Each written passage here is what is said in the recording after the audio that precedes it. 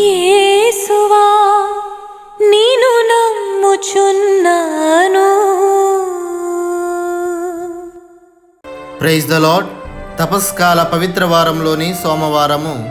ఈ దినము మన ధ్యానాంశము ప్రభు తన వారి తరపున ఉండువాడు. ఈ ధ్యానాంశమును ధ్యానించి ప్రభు వాక్కుతో వర్ధిల్లుదాం. ఈ ధ్యానాంశమునందు మొదటి అంశము, ప్రభువుతో ఉండువారు శోధింపబడుదురు. క్రీస్తు శిష్యులలో ఒక్కడైన యూదా ఇస్కారియోతు శోధింపబడినట్లుగా ప్రభువుతో ఉండేవారు శోధింపబడుదురు. కానీ యూదా ఇస్కారియోతు వలె కాక ప్రభువు మీద ఆధారపడినట్లయితే ఏ శోధనైనా జయింపవచ్చును. రెండవ అంశము, శోధింపబడినవాడు సాతానుని శిష్యునిగా పనిచేసి తక్కిన వారిని కూడా శోధింప చెడగొట్ట చూచును.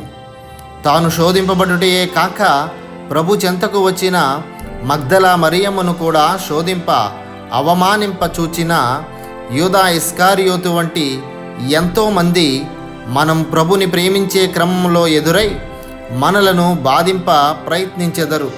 కనుక తెలుసుకొని జాగ్రత్తగా జీవించమని ప్రభు పిలుపునిస్తూ ఉన్నారు.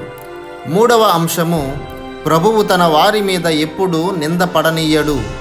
ప్రభుని గౌరవించి ఆయన పాదములను అభిషేకించిన మగ్దలా మరియమ్మను అవమానపరప యత్నించిన యూదా ఇస్కారియోతుకు సమాధానమిచ్చిన ప్రభు తన బిడ్డగా మనం బ్రతికినట్లయితే ఎటువంటి నింద మన మీద పడనీయక మన తరపున మాట్లాడి శత్రు ఆలోచనలను తలకిందులు చేయును.